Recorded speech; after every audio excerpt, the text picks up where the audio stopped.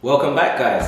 Joga Bonito here, bringing you the first video of a new series of the top 6 needs. So we'll be looking at the most important needs for the top 6 teams in the Premier League and the sort of things they need to be looking at if they want to compete, either by continuing to do the things that they're doing or staying competitive, or making the improvements needed to take their game up a notch or to be even more competitive. In this video, we'll be looking at 3 positions I believe will be crucial to Liverpool keeping the competitive edge and maybe even reclaiming their European trophy. So let's jump right in. The first position is centre-back. Ki-Jana Hoever's departure means that there's a gap, and especially in terms of experience, in the heart of the defence. He may have not played too many games last season, with Joga and Van Dijk being the predominant centre-back pairing. But there's some experience that needs to be bridged, or a gap in experience there. It will be quite interesting to see how Liverpool go about filling that gap. They have very exciting Dutch duo in the form of Ki-Jana Hoever and Bonito. And in my opinion, it's definitely both of them good enough to be playing in the cup competitions. Whether they're good enough to really push and try and fight for a place with Joga and essentially provide that level of competition that will get Joga to take it up a level again is to be seen. That being said, Upamecano would still be my pick for the left-hand side of the Liverpool's defence. A left-sided player with ball-playing capabilities that would perfectly complement Virgil. So that's the centre-back I feel would give Liverpool a double world-class pivot in the heart of the defence with Upamecano and Virgil, which would be just an insane matchup. The second of the 3 positions that we'll be looking at for Liverpool and how they can improve this season is the left-back position.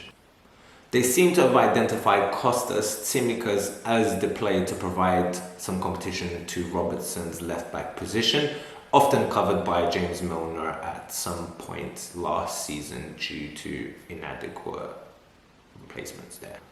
So my feeling on Tsimikas is quite similar to my original reservations on Robertson, who wasn't a ready-made world-class player per se.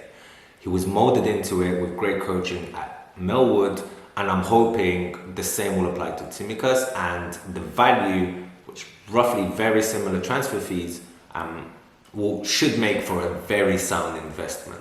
It's really hard to object Liverpool's recent transfer outlays. Let me know in the comments below if you think this is a gap filler or a star in the making, and whether this will be another great signing by Liverpool.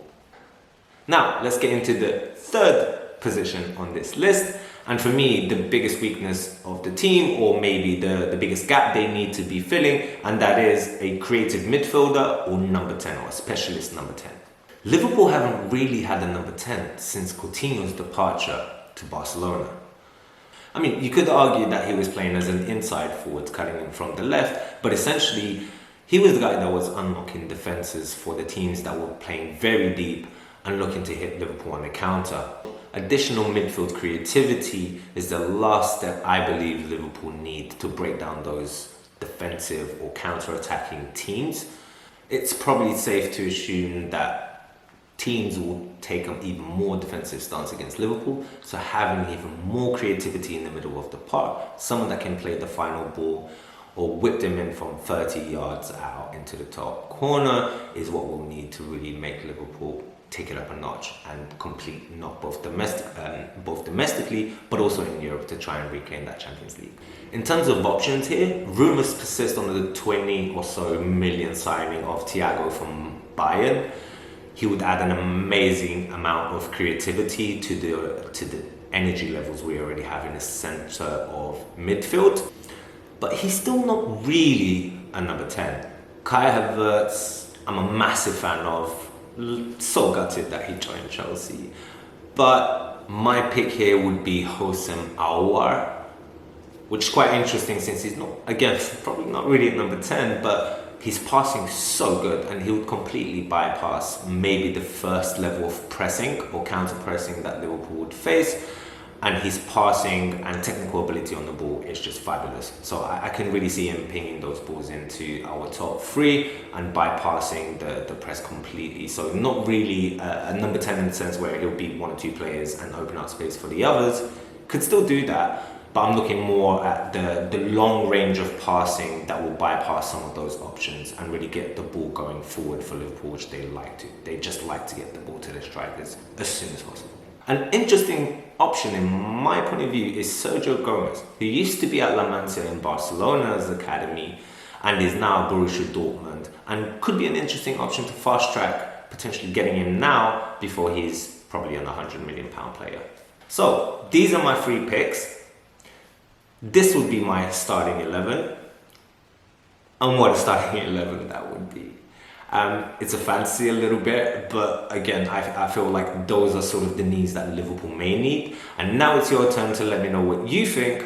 Let me know what your picks would be. Let me know if there's maybe other positions you feel Liverpool could improve or should improve through the comments below. And I look forward to seeing you on the next video. As always, Joga Bonito.